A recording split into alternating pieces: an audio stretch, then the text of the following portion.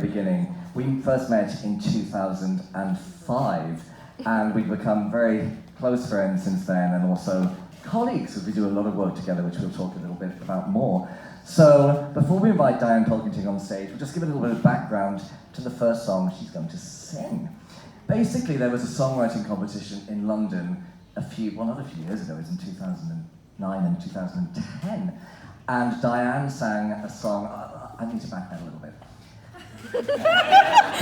There's a lot. Composers were given texts, classical texts. It could be by Shakespeare. I was given one the previous year, which Shimmy sang, an old Coward text, and we had to set it to music. And remarkably, we won that first year with Shimmy singing. Multi-award winning. I know, so he wasn't just exaggerating. And this is a secret, but I mean, enough time's gone past now, I can probably reveal it. The organiser of the competition, and it was quite a grand affair, they held it in the Cochrane Theatre in the West End with a very prestigious panel of adjudicators. And he said, because I'd won this one year, he said, right, I'll set you a challenge. I want to give you a Tennessee Williams poem, which apparently a composer, I won't be vulgar and mention his name, but he's much more successful than me. And better known, he said this was impossible to set this Tennessee Williams poem, Life Story, to music. So please, would you like to hear it? Yeah! You say all the right answers. I love you, Crazy Coqs. Would you give Dianne Pilkington an incredibly warm round of applause as she You're telling your whole story and she's standing waiting there at the bar. Hi, Dianne! You're amazing. Oh, they're amazing. I love performing with these guys. It's such a treat. It's been a while. I mean, we were supposed It has been a treat. You wouldn't think I loved it, would you? Because it's been how long? Well, we were supposed to do a gig at the Hippodrome. How many times? 3 times during the pandemic. COVID got cancelled in the end, so I'm not going to even bother. So it's a delight to have you on stage tonight. But you have to finish the story by saying that you did compose that song in the end. I did say that. I think the audience got He it. did compose that song. You know what? He composed that song and won it again. Always.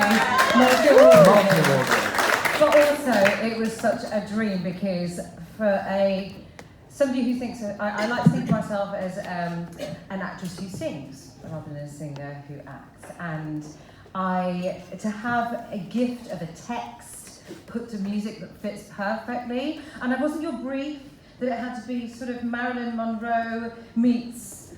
It was, a suggestion was that song Smoke Gets in Your Eyes, right? Yeah. Very sort of, yes. It was quite specific, it was very good.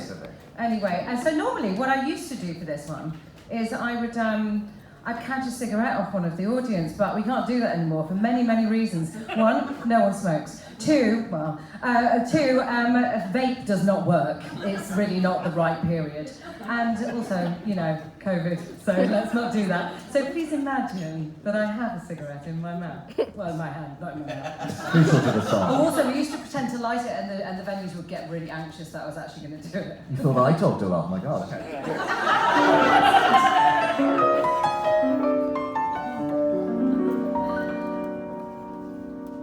After you've been to bed together for the first time, without the advantage or disadvantage of any prior acquaintance, the other party very often says to you,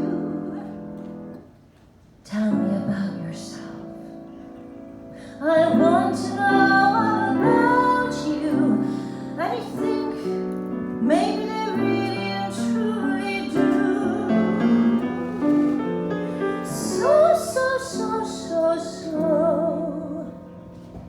So you light up a cigarette and begin to tell it to them. The two of you lying together.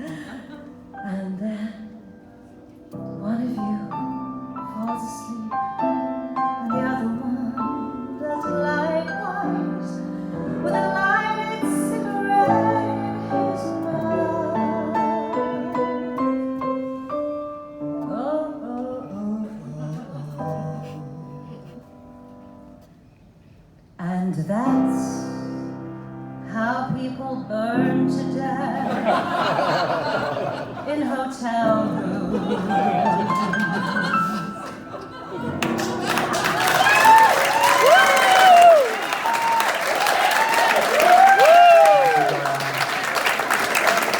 room.